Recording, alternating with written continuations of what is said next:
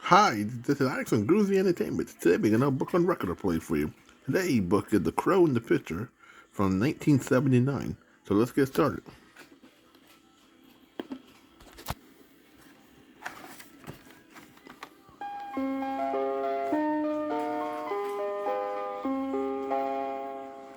This is your Kid Stuff read-along book. Every time you hear this chime, it means that you are to turn the page in your storybook. Now we are ready to begin our adventure into the land of fun. Open your book, and we will start the story of Aesop's The Crow and the Pitcher. Remember, when you hear the chime, turn the page. It all happened on a very hot day. It was the hottest day of the year.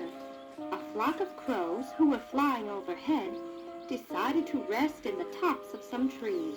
This is a good rest stop, Called out the leader. They rested for a little while, but the sun was so hot that the crows soon decided that it would be better if they flew on and tried to find a cooler spot to rest. Soon all the crows were flapping their wings and getting ready for the takeoff. The leader of the crows turned to make sure that everyone was ready, and he noticed Reggie Crow, who was sitting on a tree branch and not flapping his wings. The leader called out to him. Reg Crow, you had better get ready to take off. Reg looked over to the leader of the crows and said in a very small voice, I can't fly any further. I'm too hot and much too thirsty to go on. The leader of the flock could not believe his ears. What are you going to do, Reggie? The little crow told him that he would rest here for a while and then find some place to have a good, long, cold drink of water. The older crow then asked Reggie what he would do all by himself after he found the water, and Reggie said that he would catch up with the other crows. But right now, I cannot fly anywhere without a little taste of water. Little Reg watched as all the crows flapped their wings and took off. Soon they were out of sight. The little crow, who was so hot and thirsty, sighed and then thought, I had better find a pond so that I can get my cool drink of water. So little Reg flew from tree to tree looking for some water. After an hour of searching, he saw a pond and flew down to it, but there was no water in it. What happened to all the water? He thought to himself.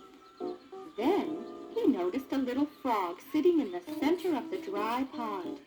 Reggie asked, My friend, where is the water? The frog blinked his big eyes and let out a loud bargump. Then he told Reggie, Since there has been no rain and the sun has been so hot, there is no more water. It has all dried up. So Reggie flapped his wings and flew away from the dry pond. Reggie was so dry and he needed water so bad that he found it very hard to let out even a little caw. His throat was so dry that no sound came from it. He grew very tired as he flew all over trying to find some water, but there was none to be found. Then Reggie spotted a well. I'll see if there is any water in that well, Reggie said as he flew down to the well and looked in. Ah, it's so dark in the well that I can't see if there is any water in there or not. The crow flew into the well. Down and down he flew.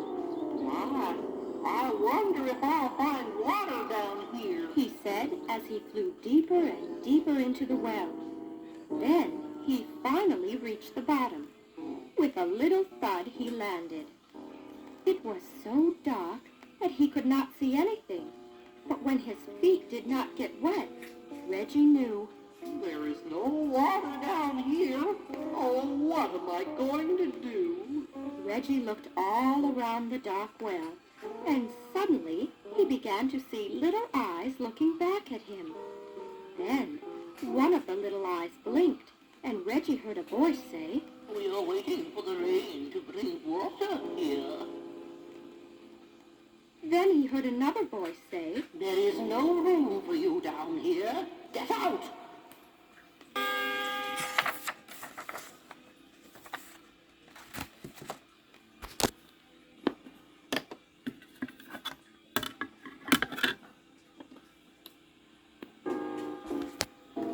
Now Reggie, who did not know how big or small the creatures that were talking to him were, decided that he was too tired and thirsty to fight anyone. So he flapped his wings and flew up and up and out of the well. It was nighttime when he got out of the well, and the stars were shining in the sky. The very tired and very thirsty crow flew to the top of a tree and settled down, hoping that the morning would bring rain. Reggie put his head under his wing and went to sleep.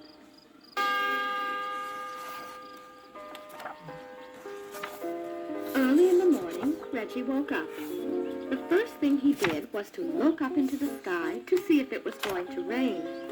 But the sky was a bright blue, and there were no little gray clouds anywhere to be seen. If I don't get water today, I'll be very thirsty. I'll be twice as thirsty as I was yesterday. Then Reggie began to fly around. A few hours went by before Reggie spotted an old farmhouse. There must be water somewhere around here. He said, as he swooped down from the sky and landed on the porch.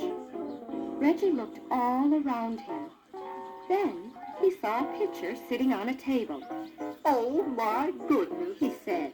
maybe there is water in it. So Reggie hopped over and flew up to the tabletop and looked into the pitcher. At one time it had been filled with water, but now there was only a little bit left on the bottom. Reggie decided to try and get his beak into the pitcher and get the remaining water. But when he put his beak into the pitcher, it was not long enough to reach all the way down to where the water was.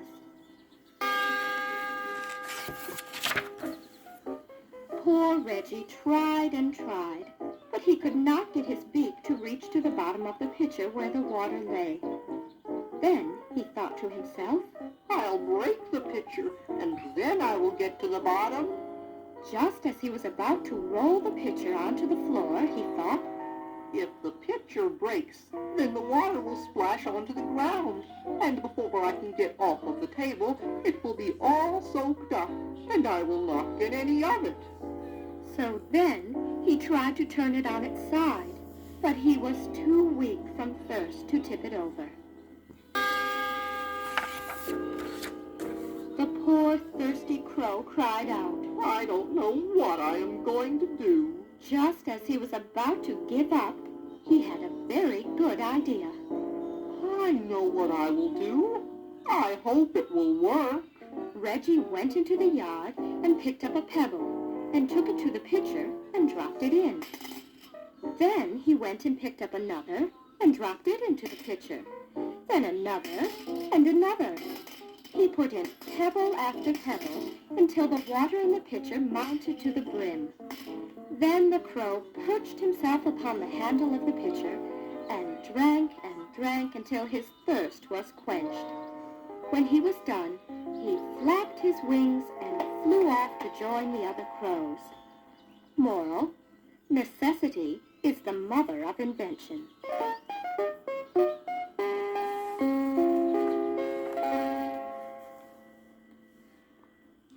So that was The Crow in the Pitcher for 1979. So if you like, subscribe, share, and comment. Have a groovy day. And our next book would be